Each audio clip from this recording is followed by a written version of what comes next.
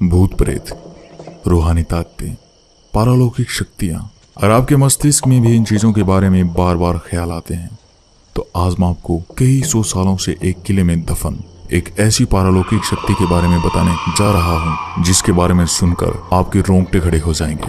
आप सोचने पर मजबूर हो जाएंगे कि क्या वाकई में ऐसा कुछ भी हो सकता है। और इस वीडियो के आखिर में मैं आपको एक ऐसे जाने माने व्यक्ति के बारे में बताऊंगा जिसकी मौत का कारण इन्हीं बुरी शक्तियों को माना गया है। आप वीडियो को आखिर तक जरूर देखिएगा। लाइक और चैनल को सब्सक्राइब करने के साथ कमेंट बॉक्स में अपने गाँव या शहर का नाम जरूर लिखते जाइएगा।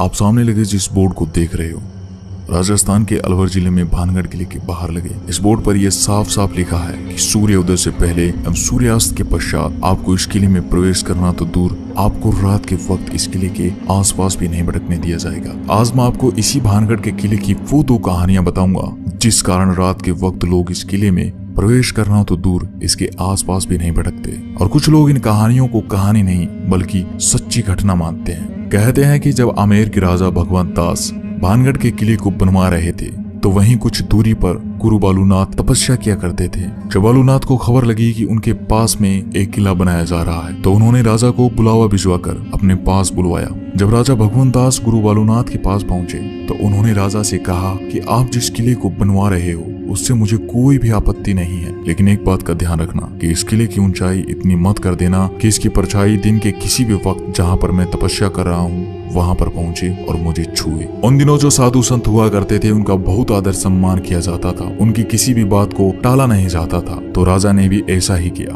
और फिर किले के निर्माण में ऐसा ही किया गया। किले के किसी भी भाग की ऊंचाई इतनी नहीं रखी गई जिससे कि किले की परछाई गुरु तक पहुंच सके। इस बात का ख्याल अगली 2 पीढ़ियों तक तो रखा गया, लेकिन उसके बाद जब तीसरी पीढ़ी ने भानगढ़ की गद्दी संभाली तो उन्होंने इस बात को गंभीर न लेते हुए गुरु बालूनाथ की चेतावनी को अनसुना कर दिया और उन्होंने कुछ स्थानों का पुनः निर्माण करवा के किले को और ऊंचा करवा दिया।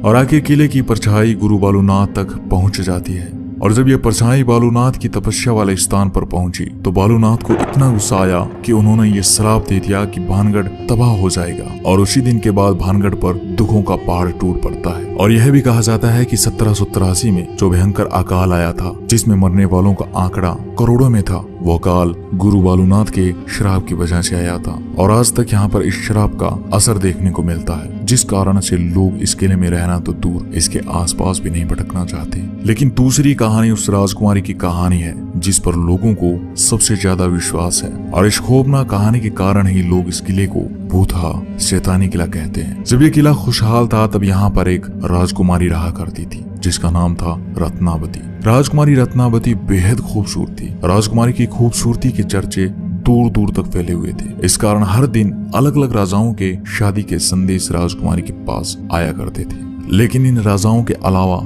एक और शख्स था जिसकी नजर थी राजकुमारी रत्नावती पर। उसका नाम था सिंधिया, जो एक तांत्रिक था। एक दिन जब सिंधिया तांत्रिक ने राजकुमारी को देखा तब से सिंधिया तांत्रिक राजकुमारी के लिए पागल सा हो जाता है। सिंधिया तांत्रिक राजकुमारी को पाना चाहता था, लेकिन सिंधिया तांत्रिक जानता था कि वो सीधे तरीके से राजकुमारी को नहीं पा सकता था, क्योंकि कहाँ शमशान में रहने वाला सिंधिया और कहाँ महलों में रहने वाली राजकुमारी रत्नावती। तो सिंधिया तांत्रिक ने राजकुमारी को पाने के लिए एक ऐसा तरीका अपनाया जिसने उस क्षेत्र का नाश कर दिया। भानगढ़ के इस किले में उन दिनों बाजार लगता था। तो एक दिन राजकुमारी की दासी इसी बाजार में राजकुमारी के लिए तेल लेने आई। बस सिंधिया तांत्रिक को इसी दिन का इंतजार था। जब वह दासी तेल खरीद कर वापस जाने लगी तो तांत्रिक ने उसे रोक लिया। सिंधिया तंत्र विद्या में इतना माहिर था कि उसने उस तेल पर वशीकरण का मंत्र फूंक दिया ताकि वो राजकुमारी को पा सके। दासी तेल लेकर राजकुमारी के पास पहुंच जाती है, लेकिन राजकुमारी भी इस विद्या का ज्ञान रखती थी। उसने जैसे ही तेल को देखा वैसे ही उसे शक हो गया कि इस पर किसी ने तंत्र मंत्र किया है। फिर राजकुमारी ने अपनी दासी से पूछा कि तुम्हें बाजार में कौन मिला था। तब दासी ने बताया कि उसे सिंधिया तांत्रिक मिला था। तब सिंधिया तांत्रिक नाम सुनते ही रानी को सब कुछ समझ में आ जाता है। उसे समझ आ गया था कि मामला क्या है। राजकुमारी ने वो शीशी किले के ऊपर पड़े एक बड़े पत्थर पर दे मारी और सारा तेल उस पत्थर पर बिखर गया। ये कहा जाता है कि तांत्रिक ने उस तेल पर ऐसा जादू किया जिससे अगर कोई उस तेल को लगाता तो वह उसके वश में हो जाता और खुद ब खुद उसके पास आ जाता। और आखिर ऐसा ही हुआ।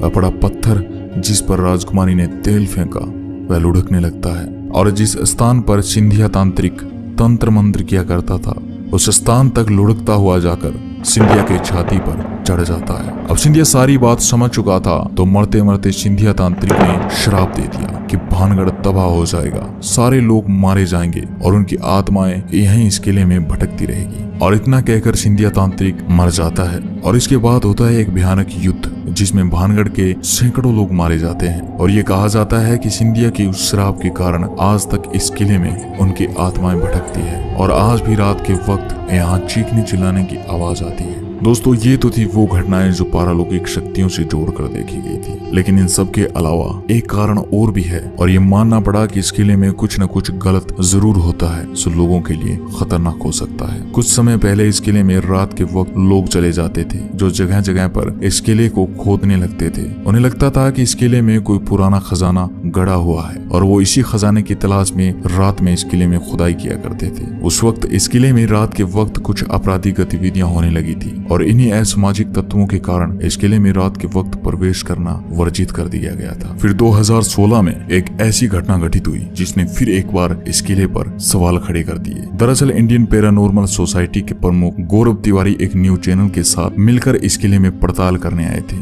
गौरव तिवारी ने ऐसी पारालौकिक शक्तियों पर पूरी रिसर्च कर रखी थी। वो भी जानना चाहते थे कि क्या वाकई में इस जगह पर कोई पैरानॉर्मल एक्टिविटी होती है, क्या इस जगह पर कोई भूत प्रेत है या ये लोगों का वहम है। लेकिन इस किले में पड़ताल करने के बाद कुछ समय के बाद 7 जुलाई 2016 को उनके अपने घर में बड़े ही रहस्यमय तरीके से मौत हो जाती है और इस मौत का कारण कई न्यूज चैनल्स ने इन्हीं शैतानी ताकतों को माना। तो दोस्तों ये थी इस भूतहा किले की कहानियां। मैं इस वीडियो में बताई गई कहानियों की सत्यता का प्रमाण तो नहीं देता, लेकिन कुछ न कुछ तो रहस्य जरूर है जिस कारण भारत सरकार को भी इस किले के बाहर ये बोर्ड लगाना पड़ा। वीडियो को लाइक और चैनल को सब्सक्राइब करने के साथ कमेंट बॉक्स में जरूर बताइए आपको ये वीडियो कैसा लगा। मिलता हूँ अगली एक नई वीडियो के साथ।